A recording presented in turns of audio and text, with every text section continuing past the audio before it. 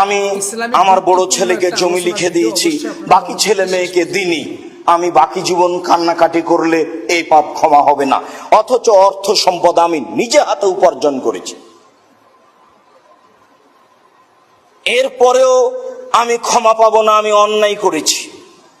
যেই পাপের নাম মানুষের সাথে জড়িত পাপ, মানুষের কাছ থেকে ঋণ কর্জ নিয়ে, মানুষের উপরে জুলুম করে, মানুষের কাছে ক্ষমা না নিয়ে বিচারের মাঠে ক্ষমা নেওয়ার কোনো পথ নেই। এই যদি পাপ আল্লাহ ক্ষমা করে দেন, তাহলে আল্লাহ হবেন অত্যাচারী। আর আল্লাহ বলছেন, ইন্নী হারামতু যুলমা আলাইয়া, আমি নিজের উপরে অত্যাচার জুলুম করা হারাম করেছি। আমি আল্লাহ নিজের উপরে জুলুম করব না। যেটা তোমরা মানুষের সাথে অন্যায় করেছো, সেটা তোমরা মানুষের সাথে বুঝে আসো, নইলে আমি এটা বিচারের মাঠে ক্ষমা করব না। সেইটা মানুষকে তোমাদেরকে নেকি দিয়ে পূর্ণ করতে হবে। তাই একাধিক সহিহ হাদিস দ্বারা প্রমাণিত।